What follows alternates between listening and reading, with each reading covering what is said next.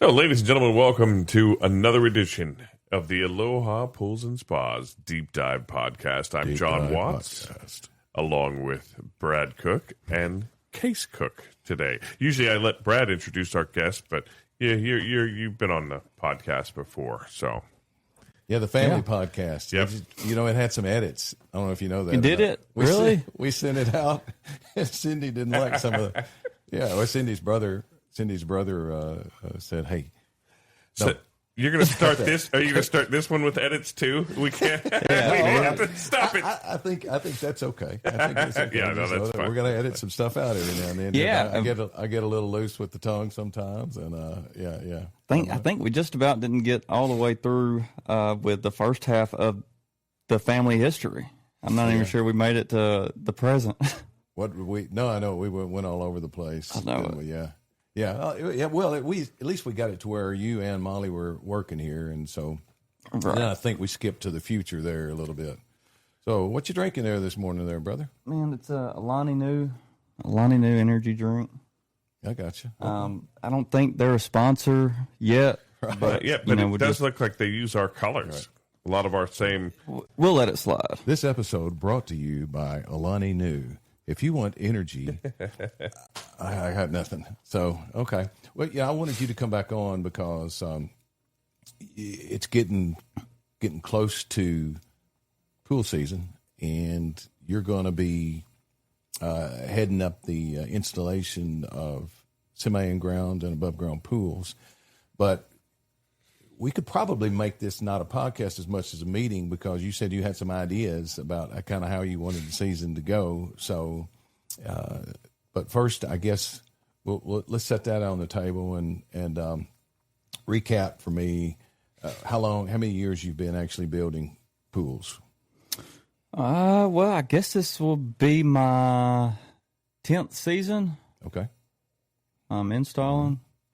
So you think you built 1,000 pools at this point? Maybe not quite. Yeah. I mean, that's pretty. Yeah, I knew pretty fair to say. I knew one year you built 106. I remember that, but that might have been your top year, so you might not be. Maybe not 1,000. This is your 10th, yeah. So you're somewhere around 800 or 900 pools. That's a pretty good bit. I don't know. The past 3 years we've been doing around 40 to 50 stealths a year, and then about 100 above grounds. That sounds about right. Is that right? I don't do fluctuated a little bit. Yeah. Don't do all the above grounds. I do most of the stealths.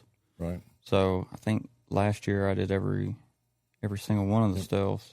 Yeah, for those who might hear stealth and not understand exactly what that is, that's a semi-in-ground pool. Several years ago, we sold and built above-ground pools and in-ground pools, and there was a big gap between the two, meaning above-ground pools, the most expensive thing you could get 10 or 12 years ago was $10,000, and the least expensive in-ground pool was $30 or $35 at the time. So there was a $25,000 gap in the middle where people, there was no option for people in the middle. And so my brother and a mutual friend of ours got in the old the back shop and created a semi-in-ground pool category called Stealth. So we're the originators of that category. I'm a beneficiator of my brother and Peter Von Hopgarden created that semi-in-ground pool category, and it's been a really good category for us because we do a decent number of them every year, and it kind of meets people where they are in their financial journey or their pool journey. If they want something that's that'll go in the ground a little further and that you can backfill without any risk. It's basically an in-ground pool that's just not all the way down in the ground, wouldn't you say? You've been pretty close. There's no deep end, but a lot of people aren't looking for a true deep end anyway. Yeah, it's just a deeper pool. How long have you been doing them? How long has this been a category? How long ago? Do you remember? Have we been doing those about 7 or 8 years now? You've been here 10 years. They were introduced around 2017, 2018. The first time I ever saw one in somebody's yard was actually in Martin. I want to say it was like a 30-foot round, and I went over there to look, and I'm like, what is this? Have companies started to do this at all, or is this an exclusive between us and your brother and Peter? We're the exclusive stealth dealer for several states, but we are not.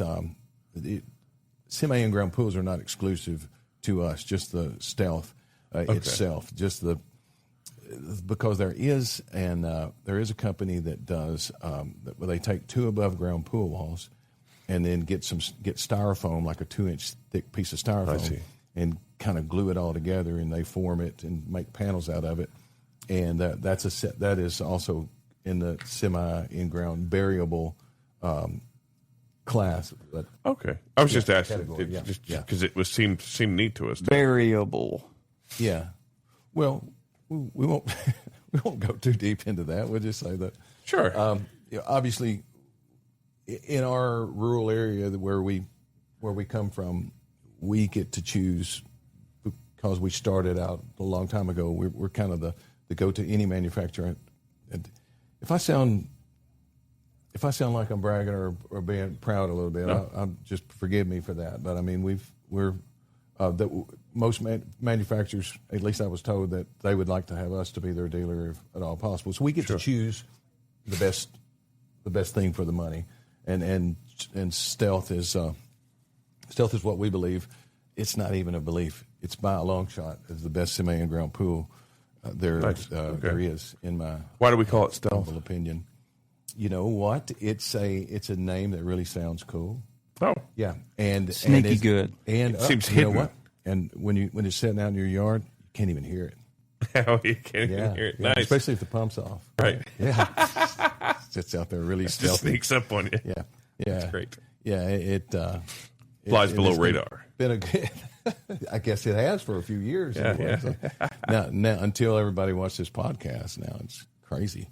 But anyway, so here we are in February 2026, and we're coming up on a new season where let's have that meeting we were talking about having. So what's the plan for this year? How are we going to get all these? Because we've got odd. I mean, we've already sold above ground pools, and above ground pools, historically speaking, is more of an impulse kind of purchase. I mean, we've sold more above ground pools this year than we have ever in the history. Even in the pandemic, I don't know that we sold. It's not a lot, but I mean, it was January, and so what are we going to do to what's the state of the Aloha construction category of semi-in-ground and above ground pools? What are you thinking? So we'll start with last year. Last year we only had 2 crews, and with the distance that we travel, it's difficult for everybody.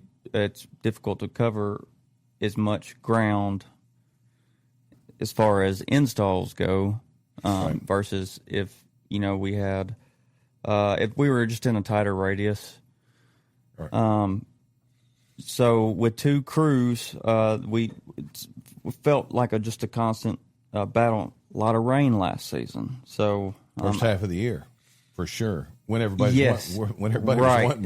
That's we've got all of our rain.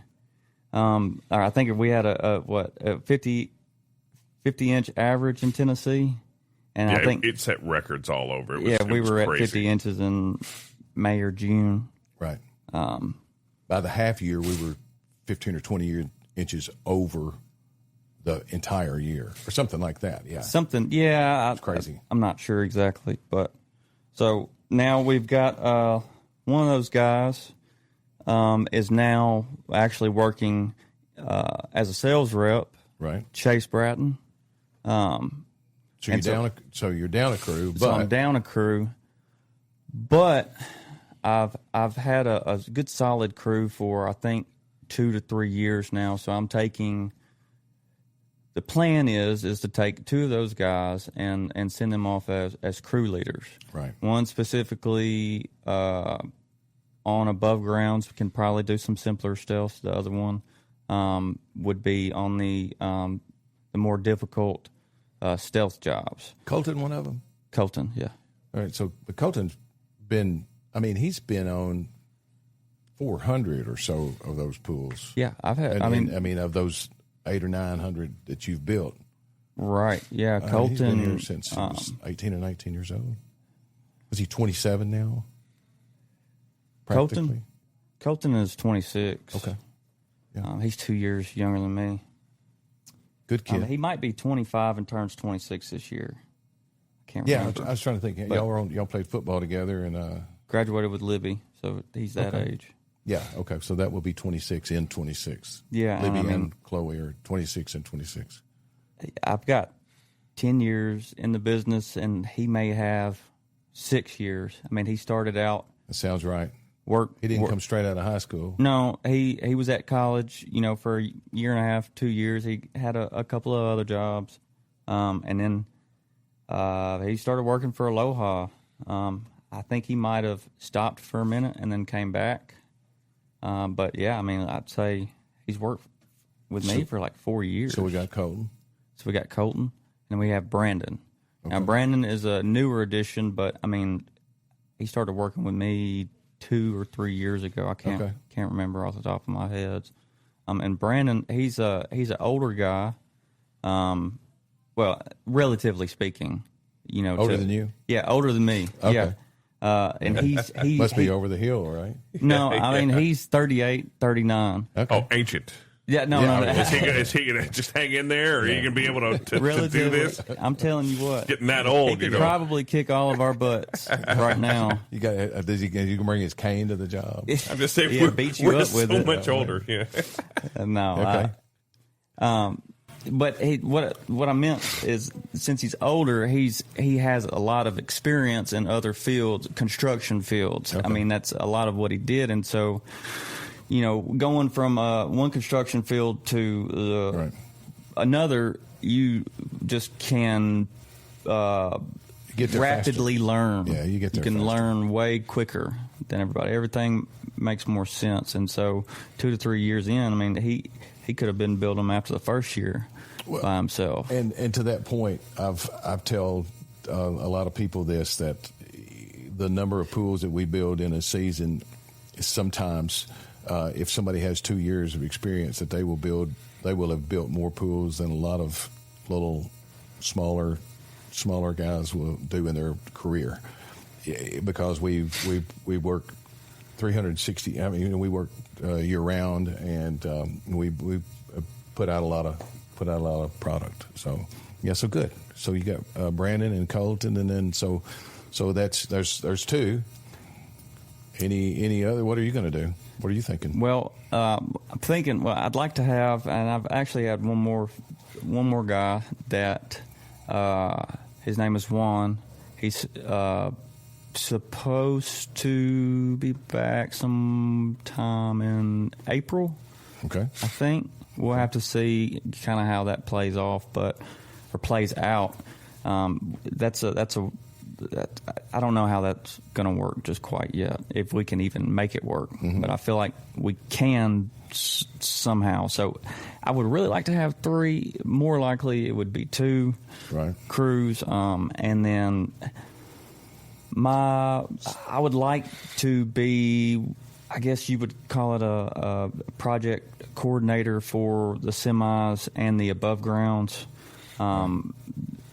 I think I explained this to you at a different time, that I really would like to be able to drive it, to drive the semi-in-ground business and the above-ground business, right?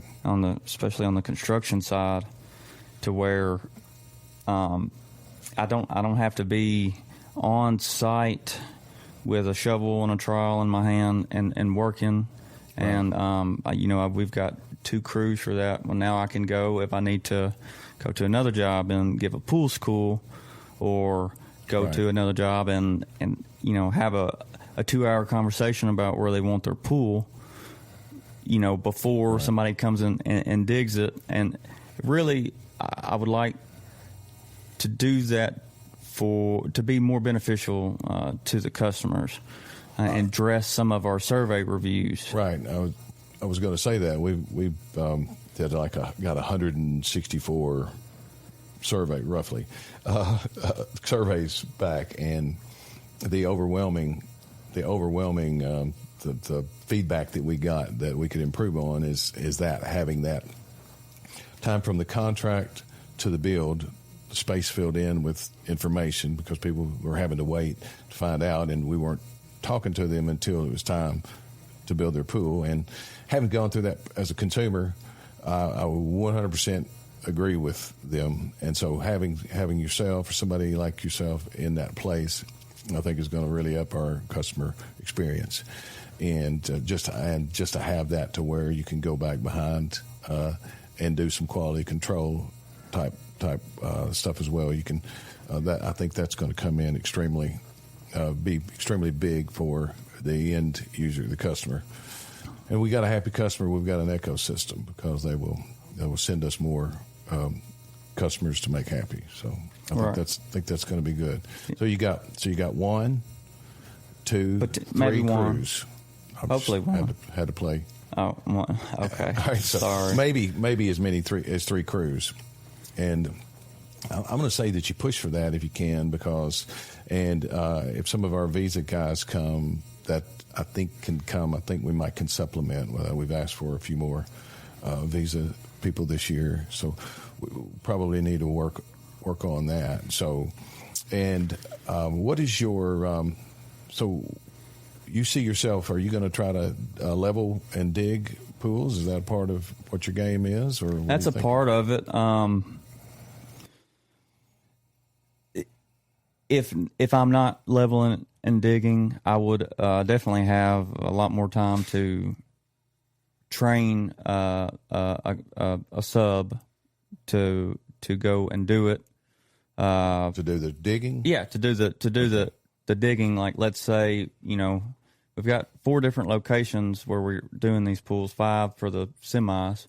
Right. And if we were to have one digger in that area, in each area, right, they may or may not know exactly what to do, and they do the best they can, but without any proper training, how are they really supposed to know? Right. And it's hard to meet somebody one time and then say, okay, got an idea of what you're going to do, just make sure it's leveling and go out there. There's a little bit more to the entire job, and quality control. If you don't really know these guys, we can't send them to a homeowner's yard. Right. Some people they don't hold the same. I guess it's not. They don't. Yeah. Level standard. The same standard. Yeah. We don't.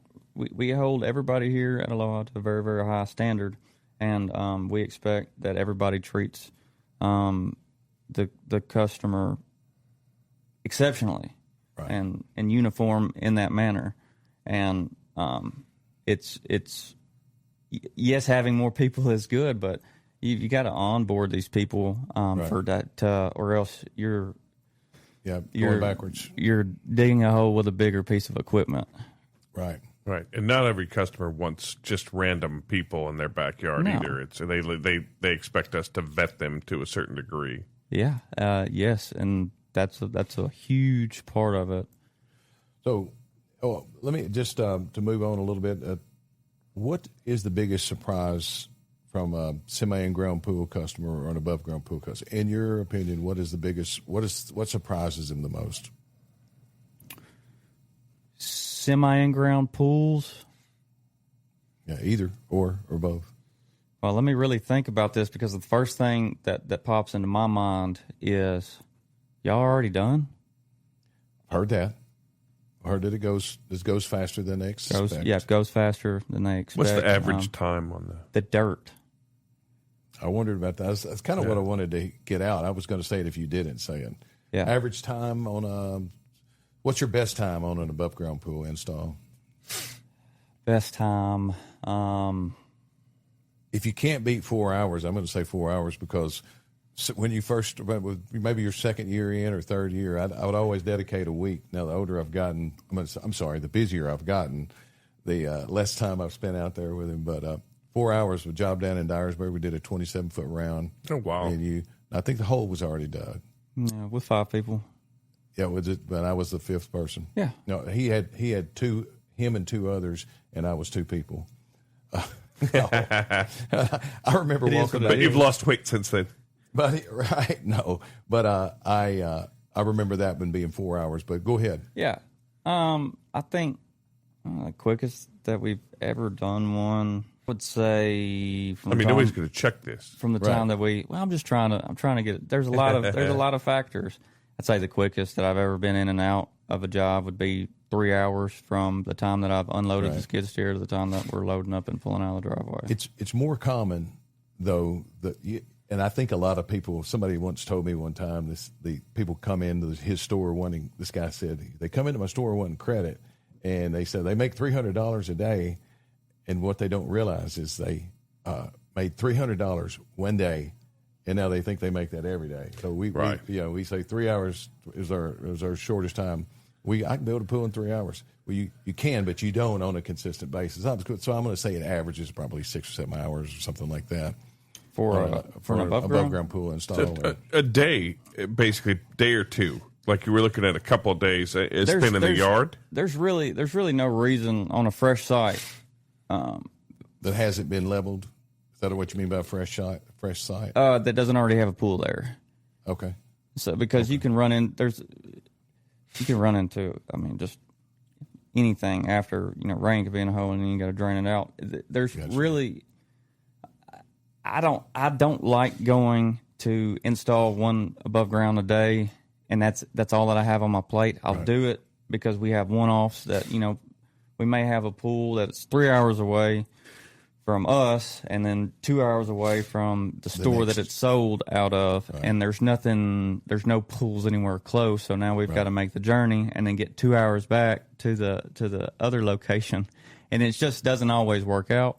However, I won't ever sign up. I won't ever put just one above ground swim pool on my schedule for a day. So two a day is what you would like to go for. Have you ever done 3 in a day? No, we've tried. So you got 2 and two and then another started. I really do think that if we, right. There was a day that we went out. I remember specifically because it was hot, and I was so mad that I could not get that other pool. I couldn't get it scheduled. Oh, yeah, I couldn't get it scheduled because we were Dyersburg, New Bern, and New Bern. Yeah. And when you have pools like that, and they're not all 33s dug out deeper in the middle, and I have to take one down and then put the other one up and build around the deck. Close proximity to one another's. Yeah. Yeah, and we were back to Aloha. I'm gonna say like 2:30 or 3, which with 2 pools. After 2 pools. Well, that's pretty good. This blows my mind though, because when I think of getting a pool again, and of course I'm thinking of in ground or whatever, but when I think even as a kid I had we had an above ground. If I remember, we talked about getting a pool.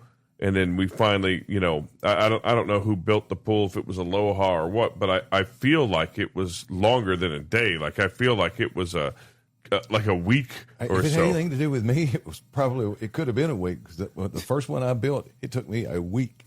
Okay. It was miserable. I hated it, and I swear I'd never do it again. I think we talked about this a little bit. Yeah, we did. We did on the. Yeah, and then slowly I got quicker, and because I remember I was really proud one day when we used a sod cutter.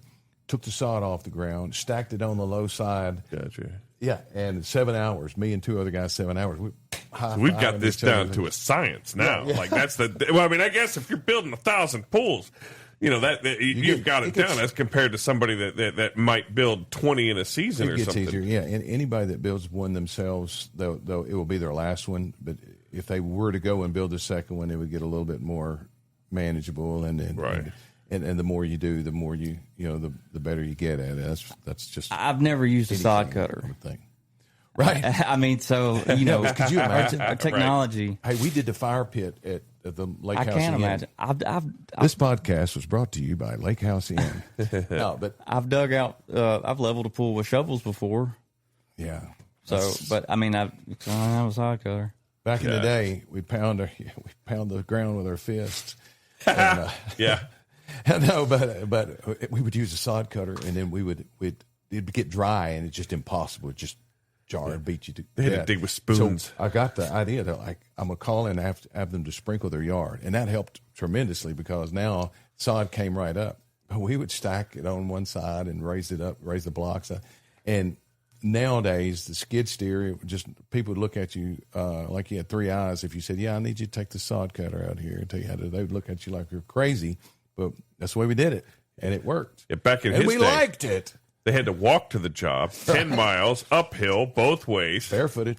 In the snow. Yeah, in the snow. In the snow, that's right. In June. Yeah. Yeah, weird times. Yeah, but it is evolved now. The skid steer, I was talking to somebody the other day about skid steers.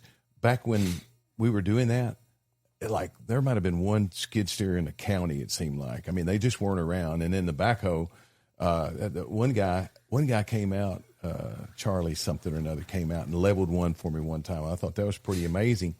And he left like a wheelbarrow of dirt inside the pool area, and he was sitting there with his machine. Of course, I guess I should have been thankful that we got most of it dug.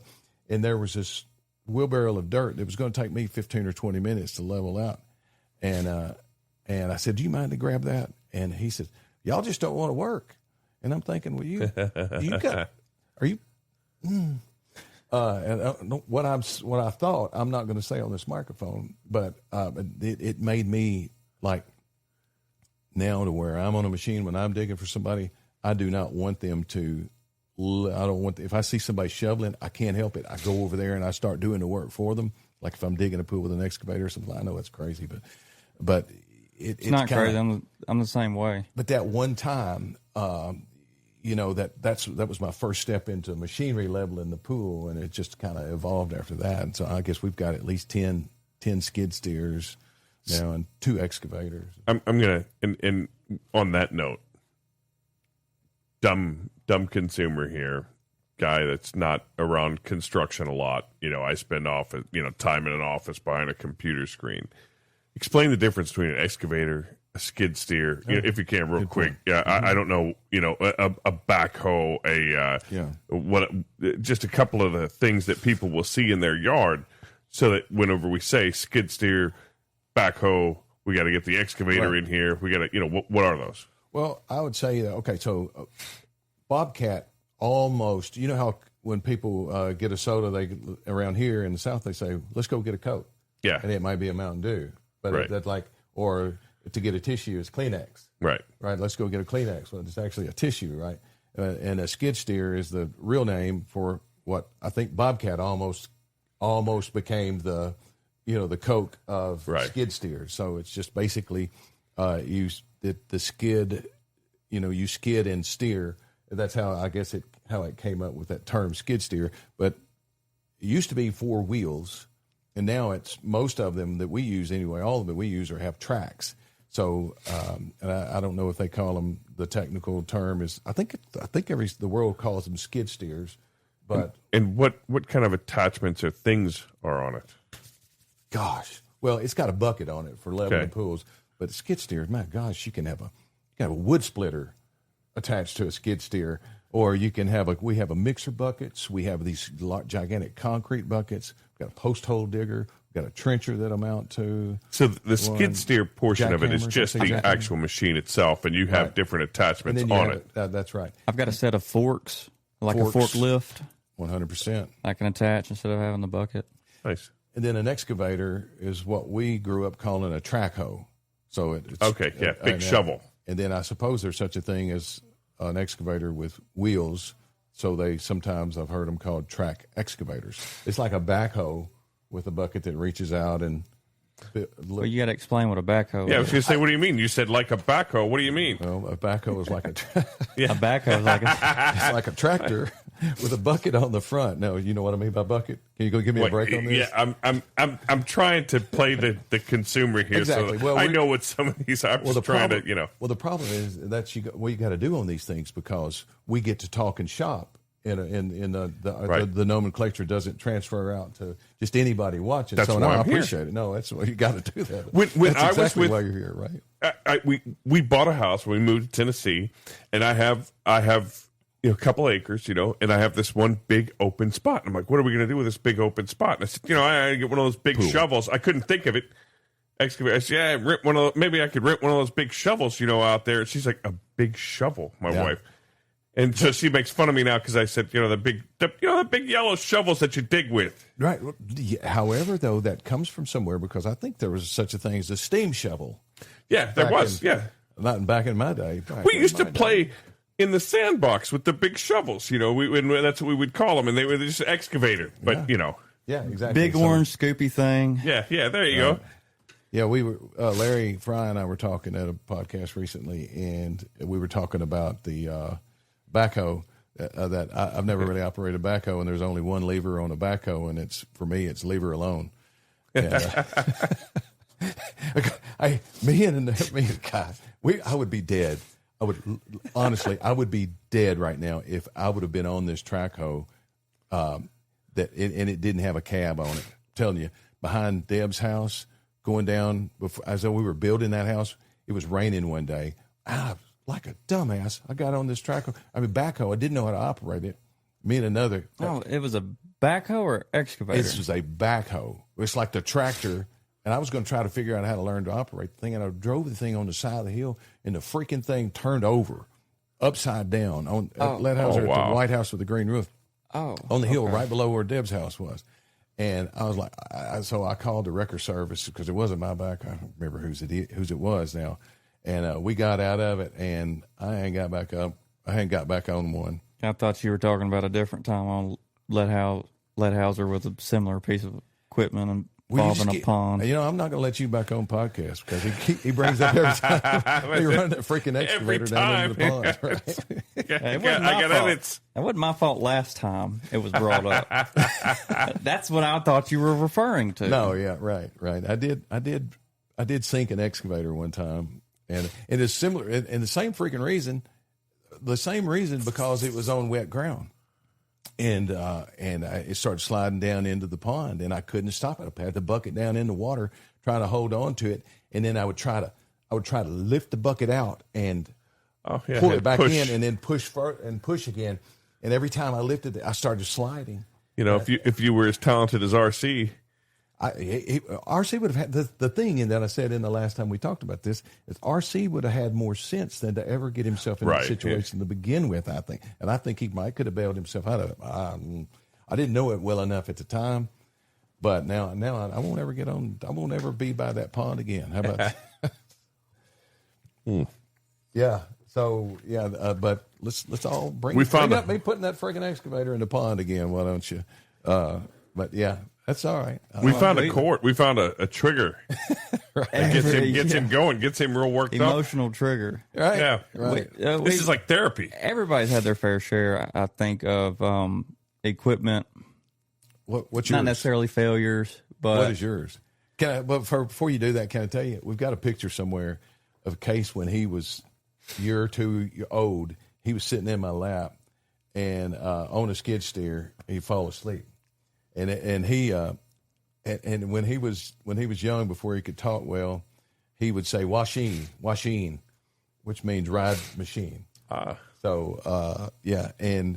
so I would put him on the skid steer, and I'd put his hands on the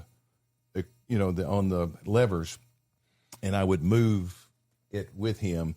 And so I'm doing this right now. I'm lifting the bucket up, and then articulating the bucket forward to push a pile of dirt, we'll say. And also I did that with a track hoe. And I guess he might have been 4 years old when I got him on the track hoe excavator, and actually had him operating. I did it with him for maybe 15 or 20, 30 minutes. And then he got the movement because every time he could see, he could see and feel it. So he was operating a 30,000-pound machine when he was probably 4 years old. According to OSHA? I'm sure. Yeah, we were out there on my property, so yeah. But anyway, so what have you done What's your machine blooper? Oh, I'll tell you one. I just now thought of it. It's massive. So I have a trailer with ramps coming down the back of it. It's not a trailer that tilts backwards like this, right? Which is the best with any piece of heavy equipment. Right. You want a tilt trailer? Yes, 100%. So now I'm have to drive a skid steer up these tracks and then onto a little dovetail, right, and then flatten it out. So it's not a smooth transition. Anytime that it's rainy, muddy, right, icy, even it's dangerous. Right. Now today was neither one of those days, but more or so I was just doing some maintenance around the house, and for whatever reason, I was, we were talking about our attachments earlier. I was moving from the bucket to the forks or vice versa. Right. And I can't remember exactly why I was doing this or where I was going with it, but I had, I took the bucket off on the trailer. Right. And I go to back the machine up. Well, relatively speaking, I guess the bucket is so light compared to the back of the machine. However, it's placed appropriately to balance you out. All these attachments are going to balance the machine out. Exactly. So I took the bucket off. I start backing up. Well, on a tilt trailer, I would have just set back down like that, but the back end come off of that dovetail, and the thing rocked and stood me straight up, just like this. Oh, and I was looking up at the sky. Right. It just, and seriously, it didn't. My face, I didn't move. I just went. Did the bucket come flying at you? No, bucket wasn't even. The bucket was not attached. You had disconnected the bucket. But you had disconnected. So in my mind, I'm thinking you disconnected it on the front of the trailer, and then you backed up, and then when it flipped up, the bucket had to go tilt. somewhere. This wasn't a tilt trailer. This is the one with the ramps. Right. Okay. So when it was just your machine that did it. Yeah, just my machine. Okay. So I'm backing up, and I hit the dovetail, and the machine rocks back like that. I see. So what'd you do? So I was looking at the sky, trying to brace for impact, and then nothing happened. And I realized that the back of the machine, it sticks out far enough to literally catch me. Keep you from rolling over. To keep me from rolling over. So I was like, I just took a deep breath, which means I just backed it up essentially, and I had to hit it as hard as I could because I had to get off that trailer, or at least that's what I felt like at the time. And so that's what I did, and the tracks caught, and I backed off the trailer. Yeah. But it was definitely the scariest, not the most difficult situation. Yeah. But it's something like that could be dangerous. But that wasn't the time. I don't really, off the top of my head, I don't have any significant other than that, or I've been stuck in a lot of people's yards and skid steers. None that are more significant than the other. I know this recently. Typically, I get stuck in the pool, in the hole that I'm digging, because the equipment's heavy. You're running back and forth. Early spring, early spring pumps water. It's just easy for you to get stuck in the hole. This, I had already broken through the tricky part. Now I'm back down to solid clay, and I'm like, this is really, really good. I was worried about it, but now I can just move on. Now the outside of the ground downhill was still still muddy. pumping that water, and what happened is I was backing up, and I was gonna go. I had to get out of the skid steer, so I backed up, and I backed up too far, and I lodged the back side of it into my big mound of dirt without realizing it. I got out, skid steer, got back in the skid steer and tried to drive it, and it wouldn't go anywhere. I'm like, what in the world? And I tried to I'd try to move left or right, but I've already dug my tracks down into the ground, Right. and I just kept digging myself and digging myself. Did you take your bucket and try to pull you forward? Did everything. Yeah. Try to push myself back. I try to pull myself out, which really, to get out of a tricky situation, you need to be able to push yourself back with a skid steer. There's not enough strength if you're stuck, good Right. to pull yourself. So how'd you get out? We had I had to come back and get the stand behind skid steer and dig out the dirt from behind me. I got you. And then you back it out. I think I filled up. I can't remember we pulled it out or not. I don't think we pulled it out. I think I just literally dug the dirt out from behind it. Right. And walked on out of there. Rock and roll. John, ask the question. All right. We're trying out a new question just to see I kind of look forward to this answer. So Really look forward to the this thing we've been asking everybody, we know you work at Aloha and you've been here for several years, but let's say suddenly you've got an untold fortune, something happened, you're financially set. You don't have to work anymore. You don't have any worries anymore. What would you do with your life? What do you mean by financially set? So, like, you just overnight became a billionaire. Let's put it that way. You don't have any money worries. So this is not. Ever This again. doesn't have anything to do with Aloha. No. Okay. All right. Brad's still healthy. He's still here. So He's still healthy. He's you're still not a kicking. billionaire yet. And then, and then you now don't have Aloha, that means you don't have debt. So then if you're a billionaire, this is No, this is just you. So I can You pay hit off- the lottery on accident. I could pay off his debt. And Right, then, right. Okay. All right. Yeah. Think about it for a second, because I got to tell you the story that I always think's funny. Because if you asked me that, I would say I'd probably just build pools until it ran out. But that's, that's what somebody said. My brother told me the joke about the people in East Texas that won the lottery, and they said, "What are you going to do now?" And he said, "I'm just going to probably build pools till that runs out." Yeah. So anyway, so tell us your answer. I would start investing in land. I use investing loosely because I'm not sure that any of it would ever turn a profit, but it wouldn't matter because I've got a bunch of money. Right. That's kind of You like land. You want to be a landowner. You want for what use? What purpose? well to really turn it back to its original state. Honestly, there's a lot of people buy land and develop it for certain reasons, agriculture, commercially, real estate, Build a neighborhood. build a neighborhood. But You would rather be an undeveloper. yeah, Interesting. I guess That's so. kind of neat.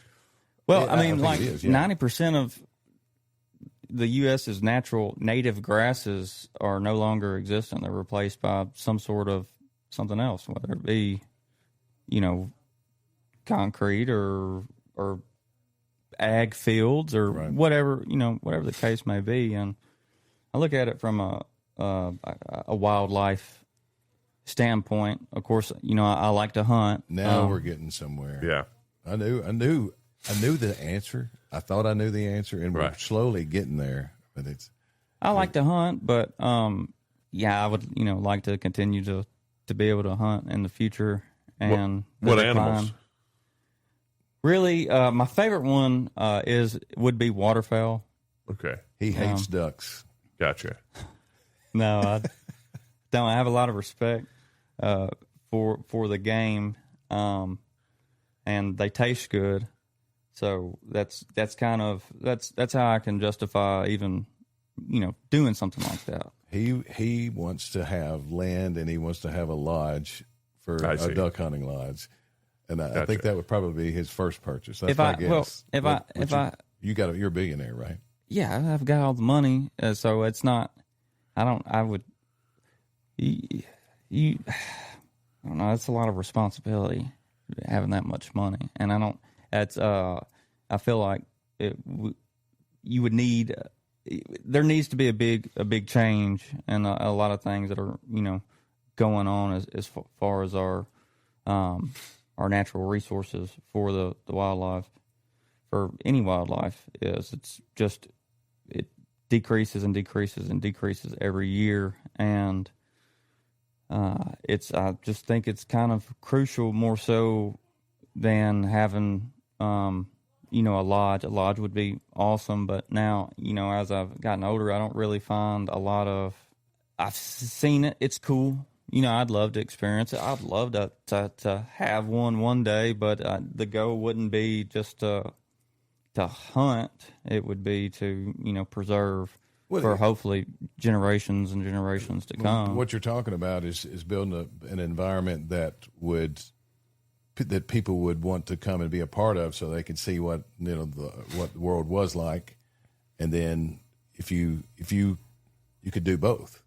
That's the point, Yeah, the conservationists, when you think about a lot of the hunting, like the big game hunting, people often mistake big game hunting as, a bunch of rich people going out and killing these beautiful animals. But so much of what they do, like when there might be a bull elephant that has surpassed its mating life and it's starting to, cause trouble with the other elephants or whatever. So that's the one that they've selected to be hunted.